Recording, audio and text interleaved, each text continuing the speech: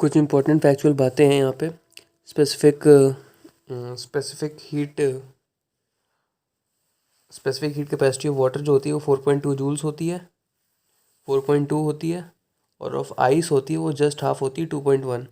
Latent heat of fusion जो ice से water या वाटर से आइस जो होती है वो 336 जूल्स पर ग्राम होती है। और जो लेटेंट हीट ऑफ वेपराइजेशन होती है वाटर से स्टीम या स्टीम से वाटर, वो 2268 जूल्स पर ग्राम होती है। और एक और इन्फॉर्मेशन हम लोग को ये देखनी है कि 1 कैलोरी की जो वैल्यू होती है वो 4.2 जूल्स के बराबर होती है। ठीक है, अब बात आती है हीट करंट की। ठीक है, एक कंडक्टर है T1, उसके एंड्स पे T1 T2 टेम्परेचर है। ठीक है, उसकी length L, thermal conductivity K, उसका एरिया A। तो उसमें से हीट हीट T1 से T2 जाएगी, तो हीट जो जाएगी उसको हम लोग थर्मल करंट कहते हैं। तो उस H की value dQ/dt, rate of transfer of heat, तो उसको हम लोग कैसे लिख सकते हैं, T1 minus T2 divided by L/A into के। T1 minus T2 upon L/A into के। और ये L/A इंटू के जो होता है उसको हम लोग कहते हैं थर्मल रेजिस्टेंस। ठीक है, और हम लोग ये भी देख सकते हैं कि थर्मल रेजिस्टेंस कहते हैं। ठीक है, अब मान लो कि जैसे कोई क्वेश्चन हम लोग को दे दिया कि ये 100 डिग्री सेल्सियस पे है, ये 0 पे है, और इसी तरीके का एक और कंडक्टर है वो भी 100 डिग्री सेल्सियस पे है, और दूसरा एंड जो है वो 0 डिग्री सेल्सियस पे। ठीक है, और इसका जैसे के है, के दे दिया है तो उसका 2K दे दिया है, और इसका लेंथ x दे दी है तो उसकी लेंथ मान लो जैसे 4x दे दी है। ठीक है, तो इसमें से कुछ हीट फ्लो हो रही है, उसको हम लोग कैसे लिख सकते हैं, 100 minus 0 upon x upon KA। ठीक है, और जो दूसरा वाला है उसमें भी हम लोग ऐसे ही लिख सकते हैं। अब दोनों में जो हीट है वो तो अलग ही, जो हीट एनर्जी, जो हीट थर्मल करंट जो फ्लो करेगा वो तो अलग अलग आएगा। ठीक है, पर मान लो कि जैसे क्वेश्चन में बोला गया है कि रेट ऑफ, मतलब जो रेट ऑफ मेल्टिंग हम लोग को निकालना है कि जो rate of melting of ice निकालनी है। मान लो कि जैसे 0 डिग्री सेल्सियस पे आइस रखी होती है ना, तो बोला गया है कि मान लो जैसे कि M1, यहाँ पे M1 ग्राम आइस मेल्ट होती है, वहाँ पे M2 ग्राम आइस मेल्ट होती है। तो हम लोग यहाँ पे इसमें लिख सकते थे कि H is equals to 100 minus 0 upon x upon A into K. ठीक है, और H की वैल्यू हम लोग लिख सकते हैं Q/T is equals to 100 upon x/KA। और Q की वैल्यू हम लोग को दी हुई है कि आइस मेल्ट कर रही है, मतलब कि लेटेंट हीट की बात हो रही है, मतलब कि M1 ग्राम मान लो आइस मेल्ट करी है, उसकी लेटेंट हीट क्या है, L है, upon T is equals to 100 upon x into KA हो जाएगा। M1 की वैल्यू अपने पास आ जाएगी 100 KA upon x into T/L। इसी तरह हम लोग दूसरे वाले कंडक्टर में भी निकाल सकते हैं कि कितने ग्राम आइस मेल्ट हो रही है, और उसका रेशियो भी पूछ सकता है क्वेश्चन में। ठीक है, अब मान लो कि जैसे दो रॉड्स ली गई, ये L1 length, K1 thermal conductivity, और दूसरी वाली L2 और K2 thermal conductivity T1 T2 temperature पे। ठीक है, तो इन इसका कुछ, पहली वाली रॉड का कुछ रेजिस्टेंस होगा और दूसरी वाली रॉड का कुछ रेजिस्टेंस होगा। तो जो नेट रेजिस्टेंस होगा ना वो रेजिस्टर की तरह, जैसे करंट में जो रेजिस्टेंस होता है उसी की तरह होगा।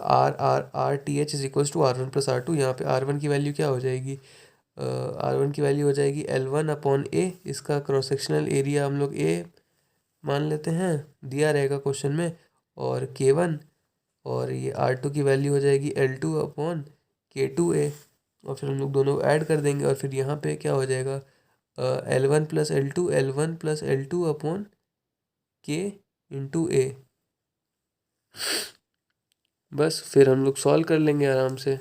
तो इससे अपना इक्विवेलेंट थर्मल कंडक्टिविटी की वैल्यू भी निकाली जा सकती है। क्वेश्चंस में ये भी पूछा जाता है कि इक्विवेलेंट थर्मल कंडक्टिविटी क्या है, तो हम लोग निकाल सकते हैं। तो हम लोग को बस कॉन्सेप्ट क्या लगाना होगा इसमें, मान लो जैसे कि कॉन्सेप्ट वाला कोई सवाल आ गया कि दो रॉड्स दी गई हैं अपने पास, उनको उनके बीच का ऐसे टेम्परेचर निकालना है T1 T2, ठीक है। तो हम लोग क्या करेंगे कि T1 माइनस थीटा, इसकी लेंथ L1 मान लेते हैं, इसकी L2, इसका K1 K2, ठीक है। T1 माइनस थीटा, इसका ये A मान लेते हैं, ठीक है। T1 minus theta upon L1 into K1A, और ये हीट कुछ फ्लो होगी, और इसमें इसमें हम लोग जैसे देखें तो theta minus T2 upon L2 upon K2 है, ये इसमें होगी। बट क्योंकि एक अगर यहाँ से हीट जा रही है तो उतनी हीट यहाँ से भी निकलेगी, मतलब कि ये दोनों इक्वल होने चाहिए। इसको इक्वेट करके हम लोग थीटा की वैल्यू निकाल सकते हैं। और अगर मान लो पैरेलल कॉम्बिनेशन की बात आती है, जैसे कि ये अपने पास दिया हुआ है, तो हीट आ रही है, ठीक है। अब वो दो पार्ट में बट जाएगी, एक H1 और दूसरी H2, ठीक है। और ये T1 टेम्परेचर, ये T2 टेम्परेचर दिया हुआ है, इसकी लेंथ, इसकी थर्मल कंडक्टिविटी K1, इसकी थर्मल कंडक्टिविटी K2। तो हम लोग क्या करेंगे कि बस एक इक्विवेलेंट कंडक्टर बनाएंगे जिसका एरिया, जिसमें H हीट अंदर जा रही होगी, उसका एरिया, इसका एरिया अगर मान लो जैसे A है, तो इसका एरिया क्या हो जाएगा, 2A हो जाएगा, या A1 A2 है तो इसका एरिया हो जाएगा A1 प्लस A2। और ये T1 T2 टेम्परेचर पे तो है ही है, तो हम लोग बस ये कर देंगे कि H1 जो हीट है और H2 जो हीट है, उन दोनों का सम जो होगा वो इसके बराबर होगा। H1 हीट क्या है, H1 हम लोग निकालेंगे तो उसकी वैल्यू क्या आएगी, T1 माइनस T2 अपॉन, इसकी लेंथ मान लो जैसे L है तो L अपॉन K1A, और H2 की वैल्यू आ जाएगी T1 minus T2 upon L upon K2A। और फिर H की वैल्यू, ये तो H1 H2 की वैल्यू, H1 H2 की वैल्यू आ गई। और फिर H की वैल्यू T1 माइनस T2, ये वाले H की value T1 minus T2 upon के L अपॉन के equivalent into A1 plus A2, ठीक है। और फिर हम लोग और क्योंकि ये तो टोटल हीट जा रही है इस पूरे कंडक्टर में से, ठीक है। और ऊपर वाले कंडक्टर में से H1 हीट जा रही है, नीचे वाले कंडक्टर में से H2 हीट जा रही है। तो इन दोनों को ऐड करके, इन H1 H2 को ऐड कर देंगे तो अपने को H मिल जाएगा। और उससे फिर हमारे पास एक फार्मूला आ जाता है कि 1/R इक्वलेंट थर्मल रेजिस्टेंस जो होगा उसकी वैल्यू 1/R1 प्लस 1/R2 के बराबर हो जाएगा। और इसी से हम लोग इक्वलेंट कंडक्टिविटी भी निकाल सकते हैं। अब बारी आती है rate of cooling due to conduction. मान लो अपने पास कोई बॉडी है, उसका मास m है, स्पेसिफिक हीट कैपेसिटी C है, ठीक है। और वो T1 टेम्परेचर पे है, ठीक है। उससे एक बॉडी कनेक्टेड है, L लेंथ की है, और उसका थर्मल कंडक्टिविटी K है, और टेम्परेचर उसके एंड का T2 है, ठीक है। तो इसमें से जो हीट जो फ्लो होगी T1 से T2, T1 obviously greater than T2 है, तो H की value T1 minus T2 upon L/KA हो जाएगी, ठीक है। अब फिर क्या होगा कि ये जो बॉडी है ये धीरे धीरे कूल होती जाएगी, इसका टेम्परेचर जो है वो गिरता जाएगा। तो एच की वैल्यू, हम एच को और क्या कहते हैं, dQ/dt भी होता है एच, ठीक है। तो और dQ को हम लोग क्या लिख सकते हैं, mc/dt, ठीक है। तो हम लोग T1 minus T2 upon L/KA को mc/dt mc को फिर यहाँ पे ले आएंगे, तो ये अपने पास ये जो हो जाएगा, that will be rate of fall of temperature due to conduction. ये अपने पास इस तरह का एक्सप्रेशन आ जाएगा। और रेडियल हीट कंडक्शन की बात आती है, रेडियल हीट कंडक्शन, ठीक है। मान लो कि ऐसे कोई स्फीयर है हॉलो, और फिर ये बाहर स्फीयर है। अब ये हॉलो है और ये बाकी पूरा भरा हुआ है, ठीक है।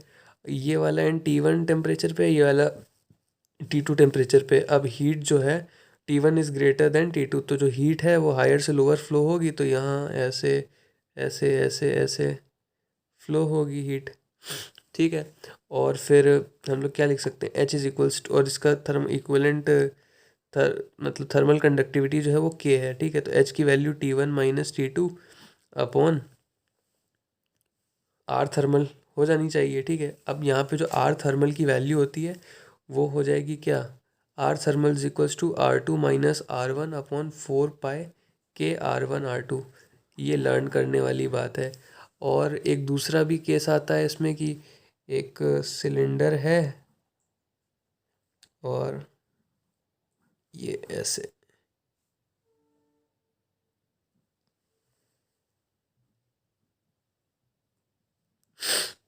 ठीक है, ये हॉलो है, ये भरा हुआ सिलेंडर है, ये भरा हुआ सिलेंडर है, ठीक है। ये वाला एक एंड T1 टेम्परेचर पे है, दूसरा एंड टी बाहर अंदर वाला T1 टेम्परेचर पे है, बाहर वाला T2 टेम्परेचर पे है। अंदर का जो रेडियस है वो R1 है, बाहर का जो रेडियस है वो R2 है, ठीक है। तो एच की वैल्यू क्या हो जाएगी, T1 minus T2 upon R thermal, और फिर इसको हम लोग dQ/dt भी लिख सकते हैं, और फिर dQ, और फिर ठीक है। तो यहाँ पे जो आर थर्मल की वैल्यू होती है ना, आर थर्मल की वैल्यू यहाँ पे होती है ln R2/R1 अपॉन 2 पाई KL। और इसमें जो L होता है ना,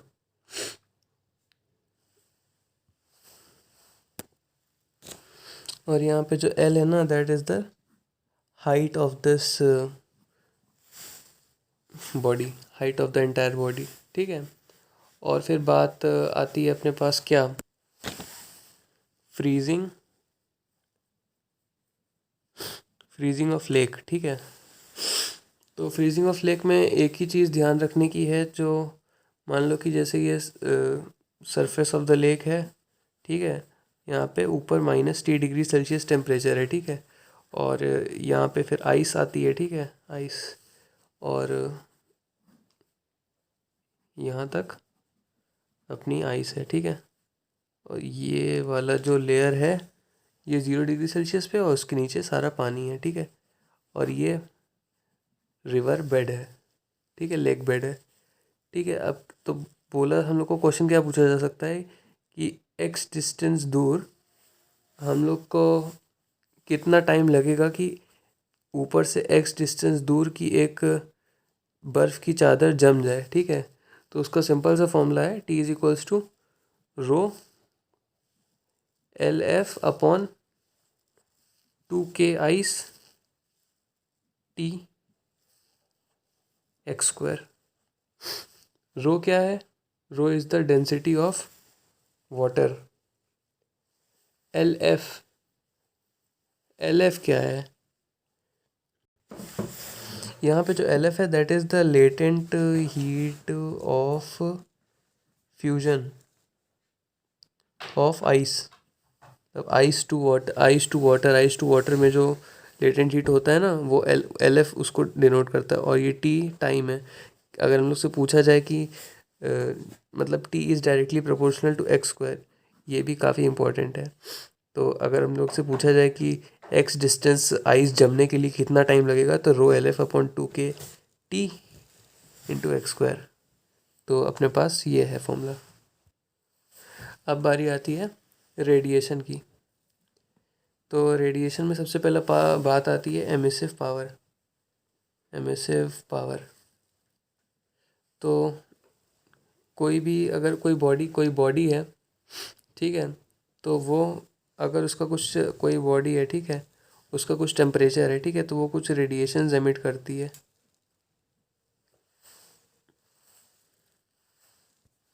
तो वो ये T टेम्परेचर वाली बॉडी कितनी हीट एमिट करेगी, ठीक है, कितनी हीट रेडिएट आउट करेगी, तो उसको हम लोग EAT से करते हैं। जो यहाँ पे A है surface area of this body, E क्या होता है, E होता है एमिसिव पावर। एमिसिव पावर मतलब कितना एमिट करता है, वो E की वैल्यू हम लोग को दी रहेगी, ठीक है। और फिर बात आती है स्पेक्ट्रल एमिसिव पावर की। ये जो बॉडी है ना, ये अगर एक पर्टिकुलर लैम्डा वेवलेंथ की रेस को एमिट करेगी, तो ये मैक्सिमम मतलब कि मैक्सिमम रेडिएशंस फिर एमिट होते हैं उससे, तो उसको हम लोग ई लैम्डा, तो इसको हम ई लैम्डा, ये जो ई लैम्डा है इसको हम लोग बोलते हैं स्पेक्ट्रल एमिसिव पावर। यहाँ पे जो ई है ये होती है एमिसिव पावर, और ई लैम्डा जिसपे कि मैक्सिमम रेडिएशंस निकलते हैं इस बॉडी से, उसको कहते हैं स्पेक्ट्रल एमिसिव पावर। अब ये जो एमिसिव पावर होती है ना, ये डिपेंड करती है मटेरियल पे, मटेरियल ऑफ बॉडी, और फिर वेवलेंथ पे, ठीक है, और ये टेम्परेचर पे भी डिपेंड करता है। अब बारी आती है एब्जॉर्प्टिव पावर। तो एब्जॉर्प्टिव पावर को हम लोग सिंपल लिख देते हैं कि heat absorbed by body upon heat incident on it, ठीक है, और ये हो जाता है एब्जॉर्प्टिव पावर। अब ये जो है ये भी मटेरियल पे डिपेंड करेगा और वेवलेंथ पे डिपेंड करेगा, और इसमें भी स्पेक्ट्रल एब्जॉर्प्टिव पावर होती है। ये हो सकता है कि किसी पर्टिकुलर वेवलेंथ ऑफ लाइट को सबसे ज़्यादा एब्जॉर्ब करता हो और किसी दूसरी को कम करता हो, तो जिसको सबसे ज़्यादा करता है उसको हम लोग बोलते हैं स्पेक्ट्रल एब्जॉर्प्टिव पावर। ये चीज़ें अभी इतनी ज़्यादा काम में नहीं आएंगी सवाल करते वक्त, बाद में काम आएगी, सवाल में ज़्यादा इनका काम है नहीं। अब आती है ब्लैक बॉडी। ब्लैक बॉडी में क्या रहता है कि एक ऐसी बॉडी जो एब्जॉर्ब करती है 100% of the radiations falling on it at any temperature at any incident angle. हाँ, मतलब उस पर कुछ भी डाल दो तो वो, कोई भी रेडिएशन डाल दो तो वो एब्जॉर्ब ही कर लेगी, ठीक है। और इसमें इसकी जो एमिसिव पावर हो, जो एब्जॉर्प्टिव पावर होती है वो 1 होती है, और जो इसकी वो, और इसकी जो एमिसिविटी होती है वो भी 1 होती है, ठीक है। अब फिर बात आती है किरचॉफ लॉ। किरचॉफ लॉ क्या कहता है कि किरचॉफ लॉ क्या कहता है कि good absorber is good emitter, ठीक है। उसमें क्या होता है कि अगर कोई बॉडी जितना ज़्यादा एब्जॉर्ब करेगी उतना ज़्यादा एमिट करेगी। अब जैसे ब्लैक बॉडी है, ठीक है, अगर ये ब्लैक बॉडी है, अगर सराउंड इसका टेम्परेचर T1 है और बाहर टेम्परेचर T2 है, ठीक है, अगर T1 का वैल्यू ग्रेटर है T2 से, ठीक है, तो ब्लैक बॉडी है वो एमिट करेगी, जितना भी रेडिएशन उस पर फॉल कर रहा है वो सब एमिट करेगी।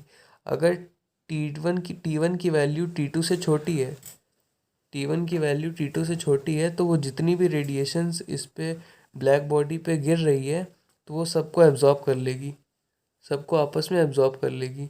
और अगर T1 की वैल्यू T2 के बराबर हो गई है तो जितना रेडिएशन इसका मतलब ये हो जाएगा कि जितना रेडिएशन फॉल हो रहा है ब्लैक बॉडी पे उतना ही एमिट हो रही है ब्लैक बॉडी से। और किरचॉफ लॉ का एक मेन स्टेटमेंट ये आता है कि जो एमिसिव पावर है ना, that is directly proportional to absorptive power. मतलब spectral emissive power is directly proportional to absorb is directly proportional to spectral absorptive power. तो अपने पास ये है। और इसका एक मेन एप्लीकेशन ये आता है कि अगर कोई T1 टेम्परेचर पे हम लोग E1/A1 की वैल्यू निकालें, तो वो कुछ कुछ मान लो कि कुछ यहाँ पे P कुछ आया, तो ये जो P है ना, इसकी वैल्यू EB के बराबर होती है। EB मतलब कि emissive power of black body. E1/A1 is always equals to emissive power of black body, और ये हमेशा कांस्टेंट रहता है। मतलब कि अगर कोई भी टेम्परेचर हो T1 T2 T3, तो मतलब E1/A1 is equals to E2/A2 is equals to E3 अब E3/A3, और इन सब की वैल्यू emissive power of black body के बराबर हो जाएगी। और जैसे कोई बॉडी है, ठीक है, उसका टेम्परेचर 100 डिग्री सेल्सियस है, ठीक है, और कोई दूसरी बॉडी है उसका भी 100 डिग्री सेल्सियस है, और अब उसका टेम्परेचर कुछ देर में 60 डिग्री सेल्सियस हो जाता है, और फिर दूसरे वाले का 20 डिग्री सेल्सियस हो जाता है। तो अब देखो ये ए बॉडी नंबर ए है, जो ए वाली बॉडी है उसमें क्या होता है कि जो डेल्टा जो फॉल इन टेम्परेचर है वो कम है एज़ कम्पेयर टू बी। इसका मतलब कि जो एमिसिव पावर है, बी रेडिएशन एमिट कर रहा है कम, धीरे धीरे कर रहा है, और जो ए रेडिएशन धीरे धीरे एमिट कर रहा है, और बी की फॉल इन टेम्परेचर बहुत ज़्यादा है, 80 डिग्री सेल्सियस है, मतलब कि बी बहुत ज़्यादा रेडिएशंस एमिट कर रहा है और ए कंपैरेटिवली कम कर रहा है। मतलब कि जो ई बी है वो ग्रेटर देन ई ए है, और इससे हम लोग ये भी कह सकते हैं कि जो एब्जॉर्प्टिव पावर ऑफ बी है that is greater than absorptive power of A. यहाँ पे E lambda by A lambda is equals to E, यहाँ पे जो E one upon A one है ना, E two upon A two, इसका मतलब क्या होता है कि अगर कोई लैम्डा वेवलेंथ कोई बॉडी एमिट कर रहा है, ठीक है, तो E lambda one upon A lambda one की value E B lambda one होगा। मतलब कि एमिसिव पावर ऑफ बॉडी है वो कुछ लैम्डा वन वेवलेंथ एमिट कर रही है, और जो एब्जॉर्प्टिव पावर है वो ए लैम्डा वन है, ठीक है। तो जो ब्लैक बॉडी होगी ना, उसी टेम्परेचर की जो ब्लैक बॉडी है वो अगर लैम वो लैम्डा वन वेवलेंथ एमिट करेगी, तो उसकी emissive power E lambda one upon A lambda one के बराबर हो जाएगी। अब अपने पास आता है ब्लैक बॉडी रेडिएशन।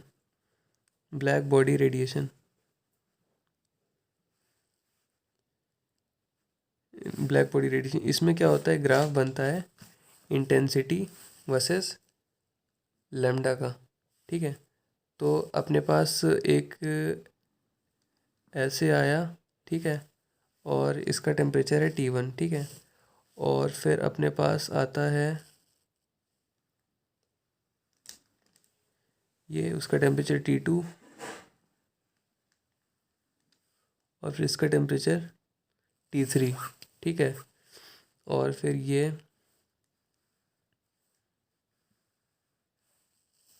ये lambda one, lambda two, lambda three, ठीक है।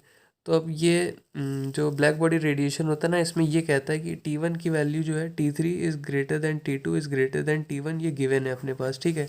तो जैसे जैसे हम लोग टेम्परेचर को बढ़ाते जाएंगे, ठीक है, तो जो मैक्सिमम इंटेंसिटी वाली जो रेडिएशन है ना, वो उसकी जो मैक्सिमम इंटेंसिटी है वाली जो वेवलेंथ मैक्सिमम इंटेंसिटी वाली जो वेवलेंथ है वो पीछे छोटी होती जाएगी। जैसे कि जो सन है ना, उसका टेम्परेचर मान लो कि T1 है, ठीक है, तो वो येलो लाइट एमिट कर रहा है, येलो लाइट की वेवलेंथ ज़्यादा होती है, ठीक है। अब कुछ स्टार्स होते हैं जिनका टेम्परेचर बहुत ज़्यादा होता है, मान लो कि T3 है, तो वो जो स्टार्स होते हैं वो उनकी जो मैक्सिमम इंटेंसिटी वाली वेवलेंथ होती है वो बहुत पीछे होती है, मतलब कि वेवलेंथ उनकी छोटी हो जाती है, तो इसी वजह से वो ब्लू ब्लू कलर एमिट करते हैं, लैम्डा थ्री। तो जैसे जैसे हम लोग का टेम्परेचर बढ़ेगा वैसे वैसे वेवलेंथ छोटी होती जाएगी, और उसकी इंटेंसिटी जो है वो बढ़ती जाएगी। और इंटेंसिटी जो होता है ना, इंटेंसिटी को हम लोग ऐसे लिख सकते हैं, रेट ऑफ इंटेंसिटी क्या होता है, पावर अपॉन एरिया होता है, एनर्जी पर यूनिट टाइम होता है पावर, और पावर अपॉन एरिया को इंटेंसिटी कहते हैं, और इसकी यूनिट होती है वॉट पर मीटर स्क्वायर, ठीक है, वॉट पर मीटर स्क्वायर। और यहाँ पे आता है वीन्स डिस्प्लेसमेंट लॉ। वो क्या कहता है कि लैम्डा वन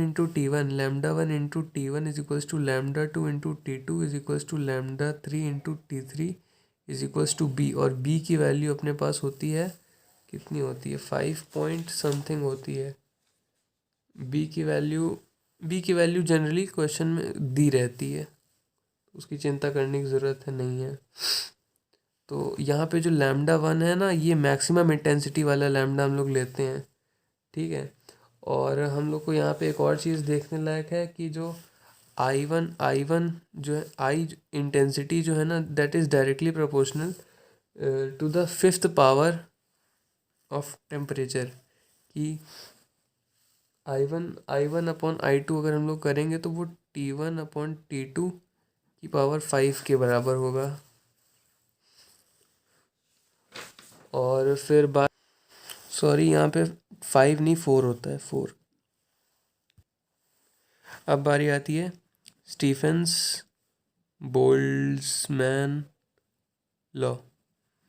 तो जो मेन पॉइंट होता है उसमें क्या कहते हैं कि जो इंटेंसिटी होती है Q/A/T, that is equals to sigma A T⁴, मतलब सिग्मा T⁴। और यहाँ से मतलब A हम लोग यहाँ पे डाल देते हैं तो पावर की वैल्यू अपने पास आ जाती है सिग्मा A T⁴। और ये होती है ब्लैक बॉडी के लिए।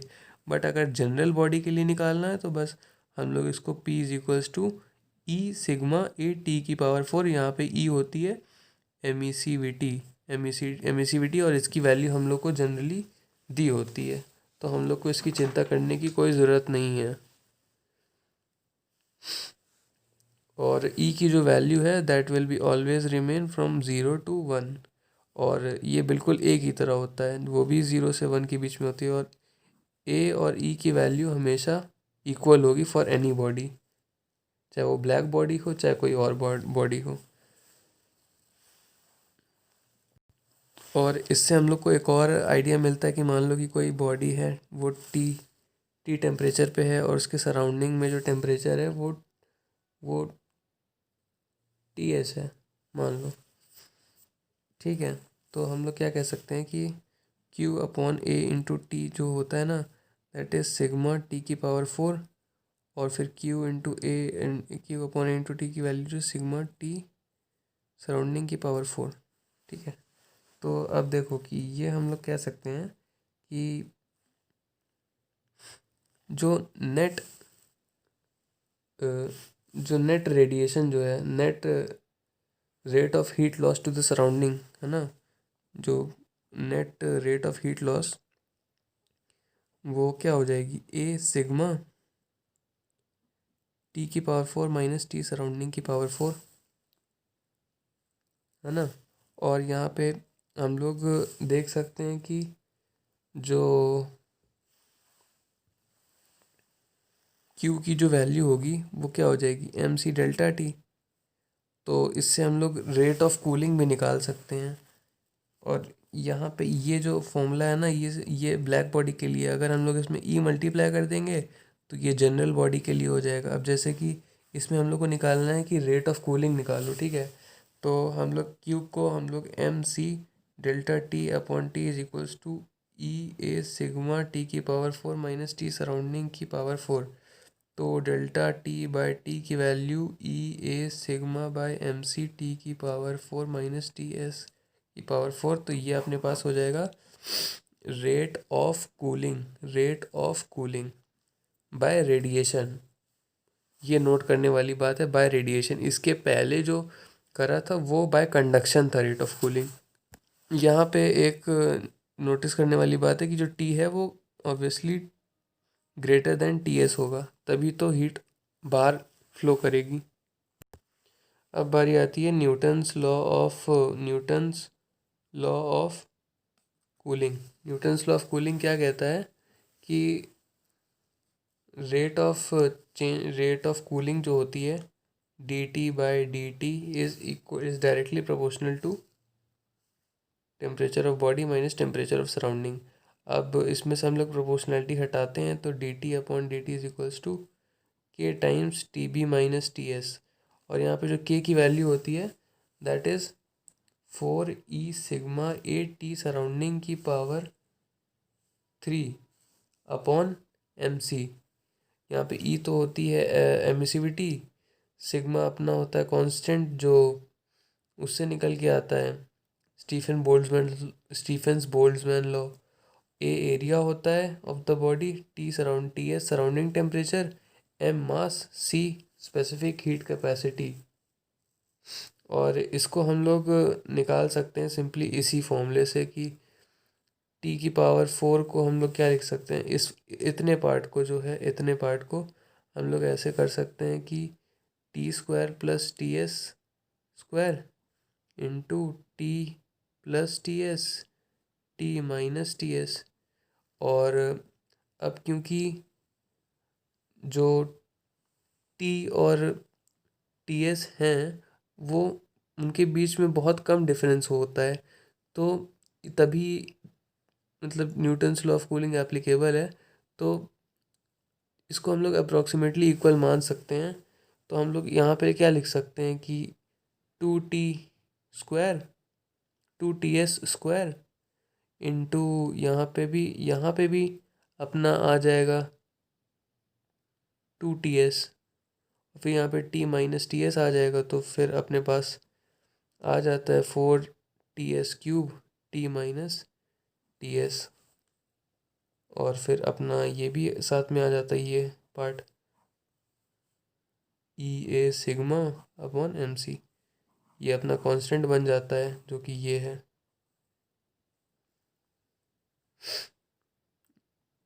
ये देखो ये सब मिला के यही तो बनता है। न्यूटन्स लॉ ऑफ कूलिंग में एक और बात नोट करने की है, जैसे कि अपने पास 70 से 65 जा रहा है कोई बॉडी, फिर 65 से 60 जा रहा है, और 60 से 55 जा रहा है, ठीक है। तो भले ही चेंज जो है वो 5 का है, यहाँ से भी 5 है और यहाँ से भी 5 है, बट एक्सट्रीम ऑफ टेम्परेचर ज़्यादा है। जैसे 70 हाई टेम्परेचर है, हाई टेम्परेचर से इस पे जा रहा है, तो इसकी रेट ऑफ कूलिंग जो होगी वो ज़्यादा होगी एज़ कम्पेयर टू इसका, क्योंकि ये थोड़ा कम से इस नीचे जा रहा है। जैसे कि इसकी बहुत ज़्यादा होगी तो इसकी फिर थोड़ी कम होगी, और इसकी सबसे कम होगी क्योंकि इसका टेम्परेचर इनिशियली कम था। और अगर हम लोग रेट ऑफ कूलिंग का जो ग्राफ बनाएंगे ना, तो वो भी कुछ ऐसा आएगा। इनिशियली कुछ टेम्परेचर था और फिर वो एक्सपोनेंशियली डिक्रीज़ करके कांस्टेंट हो गया। इनिशियली अगर T0 था तो कूल वो फिर कूल होते होते टाइम के साथ वो कांस्टेंट हो गया, ठीक है। और इसका एक इंस्टेंटेनियस फॉर्म भी आता है। उस इंस्टेंटेनियस फॉर्म में क्या होता है कि जो temperature at any instant is equals to Ts plus T0 minus Ts into E की power minus KT upon MC। यहाँ पे जो K है that is thermal conductivity, M mass होता है बॉडी का, C specific heat capacity, T होता है टाइम, और T0 होता है बॉडी का टेम्परेचर, TS होता है सराउंडिंग का टेम्परेचर। तो अपने पास ये ग्राफ आ जाता है, ये इंस्टेंटेनियस। और इसका एक और तरीका होता है एवरेज फाइंड करके।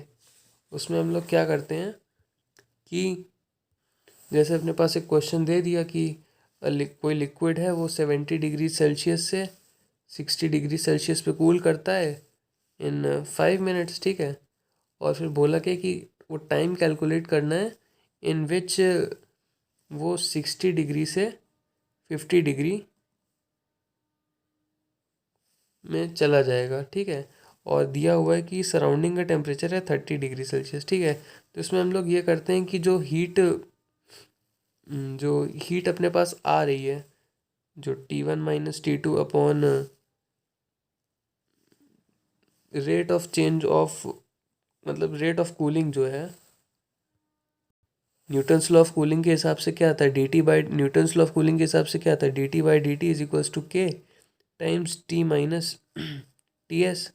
तो अब यहाँ पे इनिशियली क्या दिया हुआ है, 70 minus 60 upon 5 is equals to K times temperature of body T है।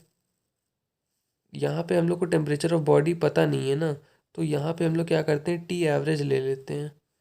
तो 70 प्लस 60/2 तो 65 माइनस सराउंडिंग का टेम्परेचर 30, और इससे हम लोग को K की वैल्यू मिल जाएगी। K की वैल्यू क्या हो जाएगी 2/35। और फिर बोला गया है कि 60 से 50 में कितना टाइम लेगा, तो वही है कि dt/dt is equals to KT average minus TS। तो dt/60 minus 50 upon T time लेता है rate of cooling, that is equal to K times average temperature of these 55 minus surrounding का टेम्परेचर जो कि है 30, और K की वैल्यू क्या दी हुई है 2/35।